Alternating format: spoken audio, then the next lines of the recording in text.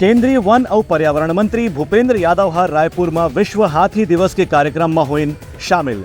किहिन की हाथी और मनुष्य के बीच टकराव ला रोके बर एक बड़े अभियान की जरूरत है। केंद्रीय पर्यावरण वन और जलवायु परिवर्तन मंत्री भूपेंद्र यादव आज रायपुर में राजधानी रायपुर में विश्व हाथी दिवस के मौका में स्थानीय होटल में आयोजित राष्ट्रीय कार्यक्रम के शुभारंभ करी। ये मौका में मुख्यमंत्री विष्णुदेव साय, केंद्रीय जलवायु परिवर्तन मंत्री भूपेंद्र यादव छत्तीसगढ़ में इलेक्ट्रॉनिक ऑक्शन प्रणाली के संगे संग वन विभाग के 2 करोड़ रुपए की लागत से निर्मित अत्याधुनिक ऑडिटोरियम के भी उद्घाटन करी, जेकर नाम दंडकारण्य रखे गए है। ये कार्यक्रम में प्रदेश के वन मंत्री केदार कश्यप, रायपुर के सांसद ब्रिजमोहन अग्रवाल और वन महानिदेशक विशेष सचिव जितेंद्र कुमार भी उपस्थित रही हैं। यह मौका में केंद्रीय मंत्री भूपेंद्र यादव की हाथी के संरक्षण में भारत की भागीदारी काफी महत्वपूर्ण है।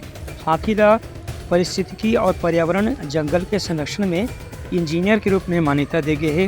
ओकर गतिशीलता ला देखत ये बात के ऊपर भी विचार करना जरूरी है कि हाथी जौन विभाग में जौन वन क्षेत्र में विचरण करत है वहाँ उला स्वतंत्र रूप से विचरण करे के मौका उपलब्ध कराया जाए, जेकर से मानव और हाथी के बीच में टकराव के संभावना कम से कम रखे जा सके।